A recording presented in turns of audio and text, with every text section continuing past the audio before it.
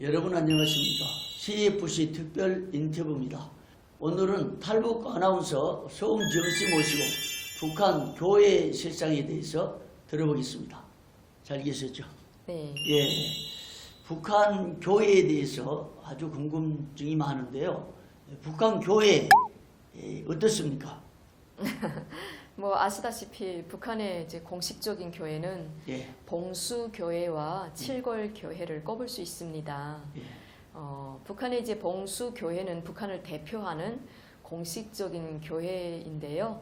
1946년 11월에 북한의 이제 김일성이 북한에도 종교의 자유를 보장해주고 종교를 우리는 중요시한다 하는 입장으로 예. 이제 그 그리스도교 연맹이라는 걸 내오고 거기에 조선 기독교 그리스도교 연맹 예. 네, 강량욱이라는 분이 그리스도교 이제 일대 그 예. 목사를 했습니다. 예. 근데 그분은 원래 목사였죠. 일제 예. 때부터 목사학교를 나오고 그 목사였던 걸로 알고 있습니다. 그렇지만 이제 김일성과 같이 손을 잡고 그냥 이제 그 다음부터 김일성한테 동조한 거로 이제 우리가 알려졌잖아요. 예. 그래서 봉수교회가 북한의 이제 공식적인 교회죠. 예. 그래서 거기 이제 지금 그 이후에는 강양욱의 아들 강영섭이라는 분이 예. 그리스도교 연맹 위원장으로 거기서 이제 근무를 했었는데 그분이 또 돌아갔습니다. 예. 80에 돌아가고 또 그 강영섭 씨 아들이 예. 지금 그리스도교에서 근무를 하는 걸로 알고 있고 조선노동당 그리스도교 연맹이라고 해서 조선노동당 당원이면서 그러니까 강량욱은 진짜 목사였고 예. 강량욱의 아들 강영섭은 그건 조선노동당에서 파견한 사람이었고 예. 그 이제 강영섭이 죽고 그 아들 또한 이제 조선노동당에서 파견한 사람이지 예. 진짜 뭐 목회자라고는 말할 수가 없죠. 그러면 목회자 훈련 같은 건 못 들어보셨어요? 훈련은 없죠? 없습니다. 조선노동당에서 당신 오늘부터 그리스도교 연맹 목사다 이러면 목사가 되는 거고요. 임명. 거기에 이제 다니는 사람들도 모두 이제 조선노동당에 속혀 있는 그런 노동 당원들이 일요일마다 가서 뭐 기도를 하고 노래하고 뭐 이렇게 하는데 그러니까 우리나라에서 북한에 갔을 때 목사들이 방문하잖아요. 그러면 우리나라에도 교회가 있다 해서 그 교회를 들고 갑니다. 그리고 헌금도 하게 하고 그 목사님들을 거기서 이제 간증도 시켜주고요. 목회도 시켜줍니다.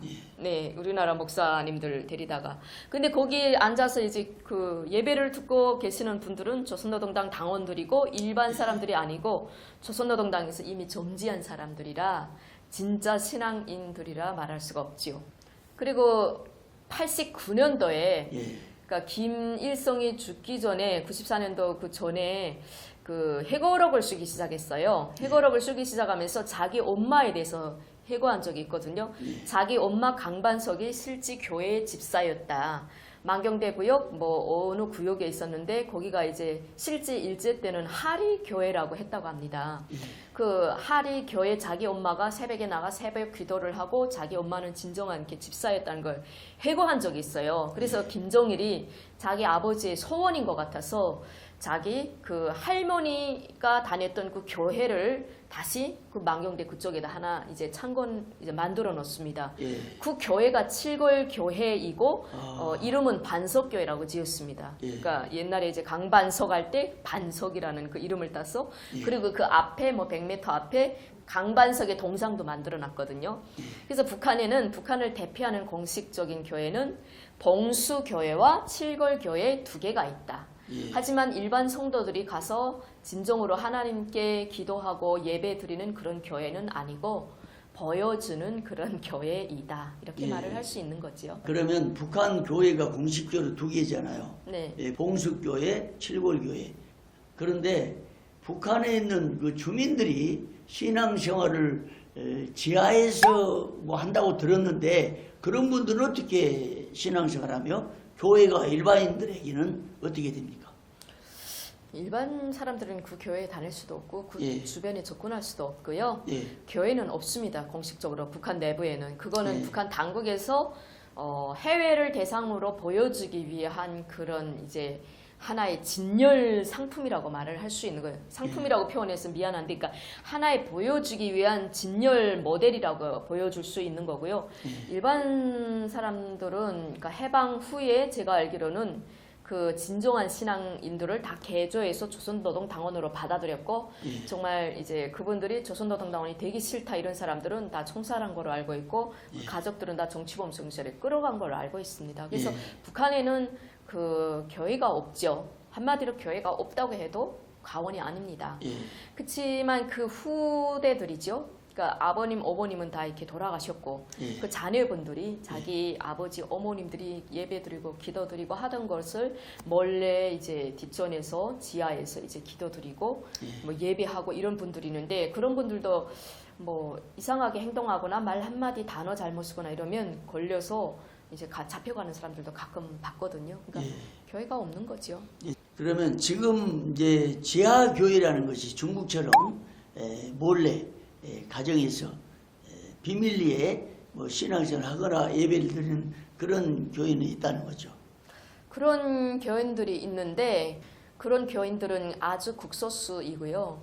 최근에는 제가 알기로는 대한민국에서 선교사분들이 국경 연선에 나가서 중국 조선족 분들과 손잡고 거기서 탈북민들이 중국에 와서 이제 돈 벌러 오신 탈북민들을 거기에 안배해주고 숨겨주고 하면서 그분들을 신앙 교육을 시킨다는 겁니다. 1년씩 성경책을 통독하게 하고 거기서 나오는 뭐 에스더나 요셉이나 그런 사람들이 그 이야기를 이렇게 들려줌으로써 그분들을 이제 짧은 기간 안에 신앙인으로 만든다는 겁니다.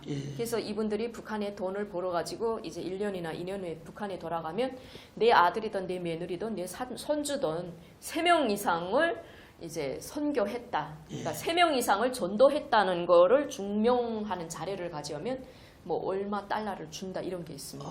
그래서 이제 그렇게 중국에서 신앙 훈련을 받고 북한에 들어가서 성경책도 전파하고 자기 가족들부터 먼저 전도하는 겁니다. 그래서 이제 뭐 예를 들면 아버지가 뭐 이제 북한에 들어갔어요. 그러면 자기 아들부터 전도하는 겁니다. 그리고 자기 손자 전도하고 그다음에 자기 마지막에 제 며느리를 이제 전도하고 뭐 이런 식으로 3명이 되면 다시 또 몇 년 후에 그 전도했다는 보증할 수 있는 그걸 가지고 중국에 또 이제 나와서 내가 3명을 이렇게 전도했다. 뭐 이렇게 이제 하고 뭐 그 하여튼 그런 식으로 이제 요즘에는 국경 연선이나 그런 데서 이제 그런 식으로 지하의 교회가 많이 퍼져 있는 거죠. 그래서 제가 있을 때도 그렇게 됐는지는 모르겠는데 한 집이 그 온 가족이 모여서 기도드리고 그 할머니가 또 옆에 이제 다 퍼쳐서 한 할머니 한 대 6명이 모여서 뭐 노래하고 뭐 밥에 먹고 막 떡치고 막 이러면서 그 예수님 그 일요일날을 되게 크게 여기다가 걸린 적이 있어요. 그리고 북한에서는 뭐 그때는 반당반혁명 정파 분자라고 했는데 지금 와서 생각해 보니까 그분들이 그냥 순수한 그 크리스찬 이제 역할을 하셨더라고요. 그러니까 노래하고 즐겁게 뭐 모여서 노래 부르고 예배 드리고 식사 맛있게 나누고 막 그렇게 했는데 그걸 이제 반당반혁명 정파 분자라고 몰려가지고 온 가족이 이제 끌려가는 걸 보면서 왜 저랬을까 이런 생각을 그때는 했는데 지금 생각해보면 그분들이 숨어있는 지하 교인들이다. 네, 뭐 나온 게 별거 없어요. 그 성경책 한 권이 나왔고 그리고 북한은 그 라디오도 다 이제 보이부에 가서 등록을 하게 되어 있거든요. 근데 그 등록을 하면 거기서 기술자들이 나와서 그 라디오의 주파수를 조선노동당 방송만 잡힐 수 있게 해놨는데 거기는 일단은 중국 방송도 잡히고 대한민국 방송도 이제 잡힌 거예요. 그러면 이 집이 반당반혁명 정파분자가 되는 거죠. 그렇게 해서 이제 뭐 중고 자료라는 게 성경책하고 그 라디오 고정하지 않은 라디오 이것 때문에 그리고 주변에서 말하는 데 하면 일요일 날마다 이 집에서 떡을 쳤다는 거예요. 그러니까 북한 당국이 먹고 살기 힘든데 이 집에는 떡매를 들고 떡을 치고 떡 쳐서 먹고 노래 부르고 막 이렇게 기도 드리고 예배하고 이랬다는 겁니다. 그 성찬식 하는 걸 그렇게 그랬는지는 모르겠는데 저도 뭐 여기 와서 성찬식이란 거 알지. 그때 북한에서는 그게 성찬식인지 뭐 일요일 날 예배를 드린지 그걸 모르지. 일단 반당반혁명 정파분자다 이러니까 아 그런가 보다 이렇게 생각을 했었는데 지금 여기 와서 생각을 해보니까 그분들이 아마 일요일날 하나님의 그 일요일날을 중히 여기서 쌀을 모았다가 떡치고 모여서 식사도 하고 예배 드리지 않았을까. 네, 이렇게 생각됩니다. 그러면 지하 신앙생활을 유지하다가 이제 걸려가지고 정치범 수용소나 다른 구금이 될 때 그 사람은 어떻게 되는 겁니까? 못 나와요? 평생 있는 겁니까? 끌려갈 때 보니까 그 집에 보니까 그 할머니, 예. 딸, 그리고 사이, 예. 손녀 이렇게 있었거든요. 예. 근데 그 사이는 거기에 자기는 상관이 없다고 했어요. 예. 자기는 자기 장모나 자기 와이프가 그런 짓을 하는 줄 몰랐다 이렇게 했거든요. 그리고 여기 참가했던 그 할머니 친구 4명, 이 할머니까지 5명이죠. 예. 그리고 딸, 예. 그다음에 손녀. 그러니까 강제로 이혼합니다. 이 남자가 여기 동조했다 이러면 같이 끌려가고요. 사이는 전혀 몰랐다니까 사이를 강제 이혼시키더라고요. 예. 그래서 사이가 그러면 나는 내 딸을 가지고 이혼하겠다고 해서 그 어린 딸 있잖아요. 그 어린 딸을 가지고 이혼했어요. 근데 여자가 나는 내 딸하고 헤어질 수가 없다. 딸은 내가 갖겠다 하니까 그 딸을 데리고 정치범수용소에 갔어요. 예. 그러니까 아버지는 이 딸이 정치범수용소에 가는 게 불쌍하니까 3살밖에 안 됐거든요. 예. 그러니까 난 딸 가지고 나는 이혼하겠다 이런데 엄마가 그 딸은 5살도 안 됐고 3살이다 하면서 그 딸을 가지고 정치범수용소에 갔거든요.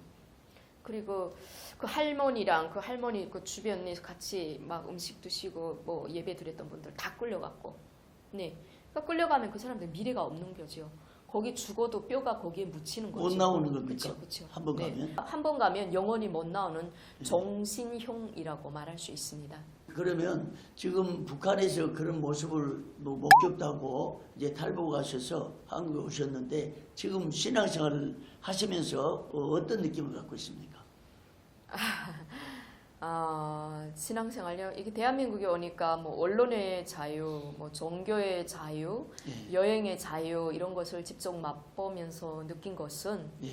이런 것들은 정말 죄가 될 수가 없는 부분이구나. 예. 내가 어떤 뭐 부처님을 믿던 하나님을 믿던 그 어떤 신을 믿든 그것이 나의 이제 가치이고 나의 자유지 않습니까? 예. 이런 자유를 속박하는 것이야말로 정말 독재가 아닌가 이런 생각을 하면서 정말 제가 천국에 와서 행복하구나. 예. 내가 마음대로 북한에서는 이걸 잘못 들으면 목숨이 왔다 갔다 하는데 이런 이제 종교의 자유를 내가 마음껏 맛볼 수 있고 예. 또 그 주일마다 나가서 그 목사님의 그 설교를 한번 들음으로써 나의 마음이 정화되는 느낌 그리고 대한민국 사회를 알아가는데 크게 도움이 되는 것 같아요. 예.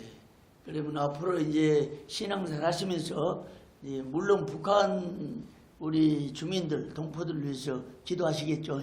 네. 예, 많이 기도하시고 또 이 종교와 관련해서 또 신앙생활, 교회와 관련해서 마지막 하고 싶은 말씀만 하시고 마치겠습니다.